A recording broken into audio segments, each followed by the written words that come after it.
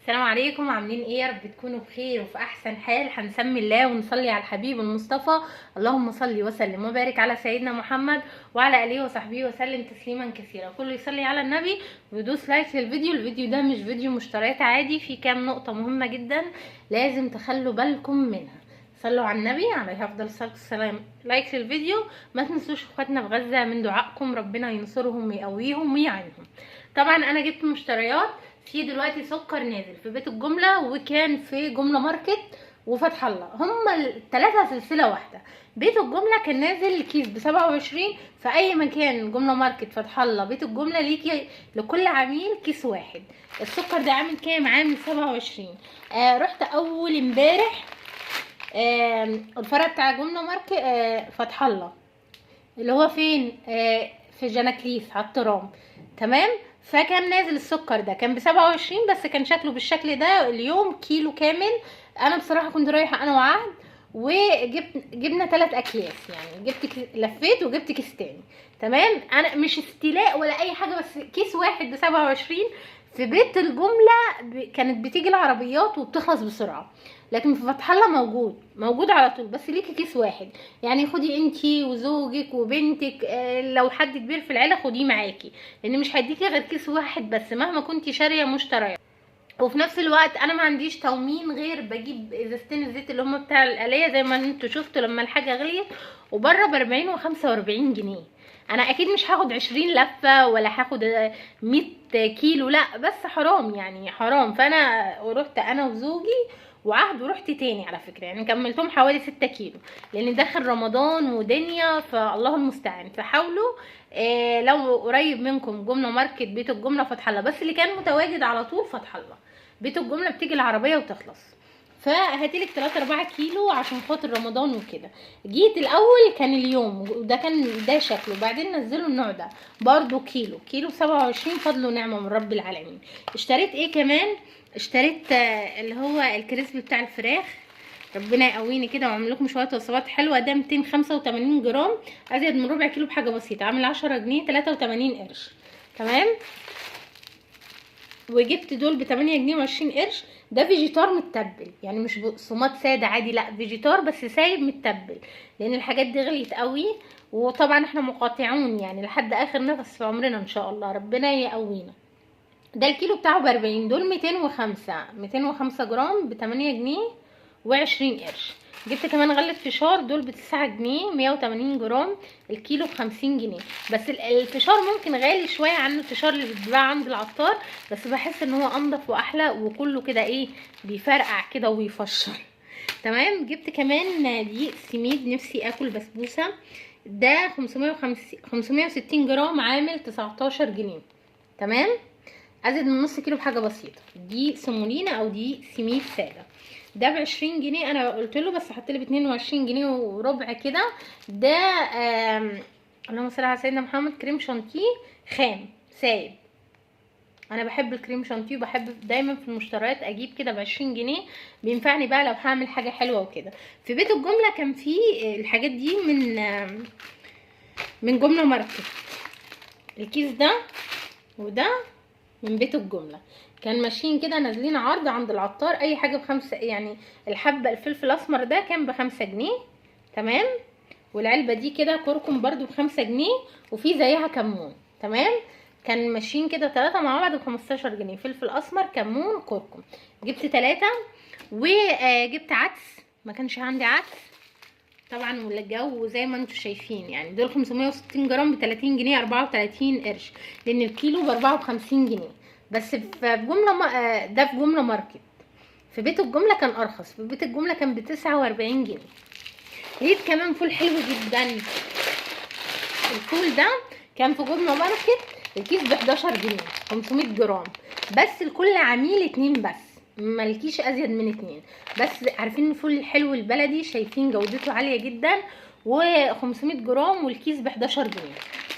حلو جدا طبعا في الاسعار اللي احنا فيها دي. نص كيلو يعني الكيلو ب22 جنيه، بس انتي مالكيش غير كيسين بس، ما ينفعش تاخدي كميه اكبر من كده. جبت كمان جبن. بصوا بقى النقطه اللي انا عايزه اكلمكم فيها، الاجبان يا جماعه. الاجبان احنا دلوقتي بنحاول نوفر، بس مش عايزين عشان 2 3 4 جنيه زياده. ده مش توفير. التوفير ان انا اوفر في الميزانيه وكمان اغذي ولادي صح. يعني الاول بالنسبه للاجبان، دي جبنه موتزاريلا، دول عاملين 32 جنيه. دول 200 جرام 34، يعني اقل من ربع كيلو. الكيلو بتاع الجبنه دي ب 140 جنيه. في حاطط لك كاتب يعني جبنه موتزاريلا طبيعي ب 140، وجبنه موتزاريلا اللي هي مش طبيعي الكيلو بتاعها ب 110. انا كده كده عايزه ربع كيلو، ففرق الطبيعي من المصنعه 30 جنيه. فطبعا لا، انا الاولى ان انا هجيب ربع او نص كيلو بالكتير مثلا، هيبقى فرق 15 جنيه، بس في كميه كلها لبن طبيعي. لا دي حاجه حلوه جدا وحاجه كويسه. يعني ايه يعني 15 جنيه بس اجيب حاجه مضروبه؟ لا طبعا، ده انا احط ال 15 جنيه واجيب حاجه الكميه كلها تبقى حليب كامل صافي، حاجه نظيفه لاولادنا. فجبت الطبيعي تمام، هي 140 و110، وانا جايبه ربع كيلو، يعني فرق الليله دي كام؟ 7.5، بس الكميه كلها حاجه معموله بلبن طبيعي وحاجه مفيده. فجبت الموتزاريلا اللي هي الطبيعي، وان شاء الله ايه نجربها مع بعض. حتى لونها تلاقوها اصفر مش زي الابيض اللي احنا بنجيبها اهي، ده لونها تحس ان هي مديه على شيدر شويه.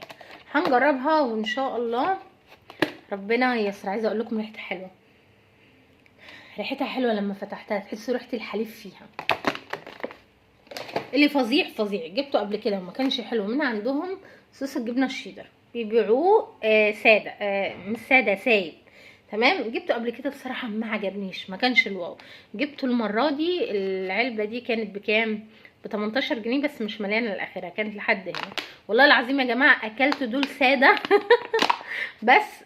وانا لسه هصور، يعني قولوا عليا تفصى، قولوا عليا اللي تقولوه، بس فظيع. يعني عارفين هولموز من احلى محلات البرجر في اسكندريه، دايما الحاجه بتاعته حلوه جدا. هو غالي شويه بس دايما صوص الجبنه بتاعه مميز قوي. عايزه اقول لكم كانه صوص الجبنه اللي باكله في هولموز. رهيب رهيب رهيب، حلو قوي قوي قوي. الكيلو بتاعه بقى ب 128، انا جبته ب 18 جنيه ونص، اللي هم كانوا ايه 146 جرام. بس رهيب في حته تانية. يعني انا جبته قبل كده من شهر او شهر ونص، ما كانش حلو بالمره، ومن عندهم برضو. المره دي بصوا، يعني انا عايزه اروح اجيب علبه تانية ب 20 جنيه ولا 25 جنيه، لان حرفيا رهيب، حلوه قوي. نيجي بقى للنقطه اللي انا عايزه اكلمكم فيها. دي جبنه كيري عادي، دول ب 14 جنيه ربع كيلو، 260 جرام ب 14 جنيه. جبنه كيري بالقشطه سايبه تمام. دي عايزاها عشان هعمل بيها حلو ان شاء الله، هتشوفوه معايا. نيجي بقى للجبنه القريش. طبعا انتوا عارفين ان انا من ساعه الفيديو بتاع تجهيزات المدارس، الجبنه الكريمي ازاي نعملها في البيت بالجبنه القريش، ما بقيناش نجيب اي حاجه غير الجبنه القريش هنعملها جبنه كريمي. دي انا جايباها عشان هعملها فصة حلو تمام. جاء بقى في حد من اخواتي، ربنا يبارك لها ويجزيها كل خير، فعلا احنا كلنا بنفيد بعض، قالت كلمه مهمه جدا. جيت انا بتكلم على الجبنه القريش فقلت في نبع الخير وفي الاصدقاء. قلت نبع الخير كانت عامله، اللهم صل على سيدنا محمد، نبع الخير كانت عامله 70، والاصدقاء كانت بايه ب 90، دلوقتي بقت ب 94. فانا جبت نبع الخير، فقالت لي يا بسمه خلي بالك نبع الخير مش يعني مش جبنه قريش حليب صافي، لا دي مصنعه كمان. فافتكرت كلمتها، ولما رحت اجيب جبنه قريش قال لي فعلا نفس كلامها، ربنا يبارك لك ويجازيكي كل خير. الجبنه القريش اللي هي في السوبر ماركت اللي سعرها ب70 وحاجه ب70، دي مش قريش كلها حليب صافي، لا فيها نسبه مصنعه. فقال لي دي بقى اللي هي ب 94 دي صافي. فقلت لا، يعني فرق 20 جنيه، لا طبعا في حاجه كلها تكون صافي، لا الاولاد اولى بالكالسيوم.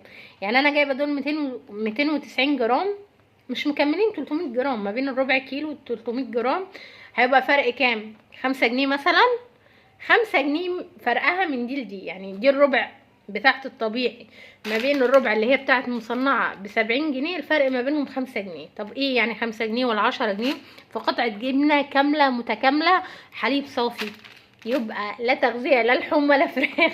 وكمان الاجبان، فانا حوار الاجبان كان عامل لي هسس الفترة اللي فاتت، عشان الاجبان المصنعة بقت غالية جدا جدا جدا، وفي نفس الوقت مش مفيدة. فانا عايزة اعمل ايه المعادلة بقى ما بين ان انا اجيب جبنة تكون طبيعية تمام، لان الاجبان الطبيعيه فوق ال100 جنيه وطالع، اسعارها مبالغ فيها جدا، وفي نفس الوقت بميزانيه معقوله. فعليكم وعلى القريش وعلى الطريقه اللي انا عملتها معاكم في سندوتشات المدارس، ازاي نحول الجبنه القريش لجبنه كيري رهيبه من غير اي ريحه او اي حاجه.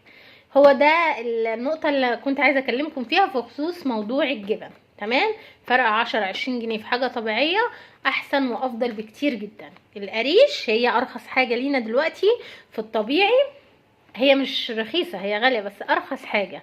وزي ما قلت لكم بسمة ونحولها ايه لجبنه كيري، هتبقى حلوه ومغذيه وملهاش حل. الموتزاريلا برضو لما الاقي الفرق ما بين الطبيعي والمصنع 30 جنيه في الكيلو، وانا جايبه ربع كيلو يعني الفرق 7.5، لا احط 7.5 بس اخد حاجه كلها كامله متكامله تكون مصنوعه من حليب صافي. هو ده فيديو النهارده، بتمنى يكون عجب حضراتكم. الحقوا شوفوا عرض السكر وخدوا منه على قد ما تقدروا، كده كده فيه كميات كبيره. بس يعني انا لما بروح جمله ماركت لا كميات قاعده صفين كبار قوي، بس لكل عميل كيس. لا خدي لك 2 3 4، ما انت برضو دول يا دوب يعني ال4 كيلو دول هيمشوكي في شهر رمضان بالعافيه، ده اذا كفوا، ده احنا شغالين عصاير وحلويات ودنيا.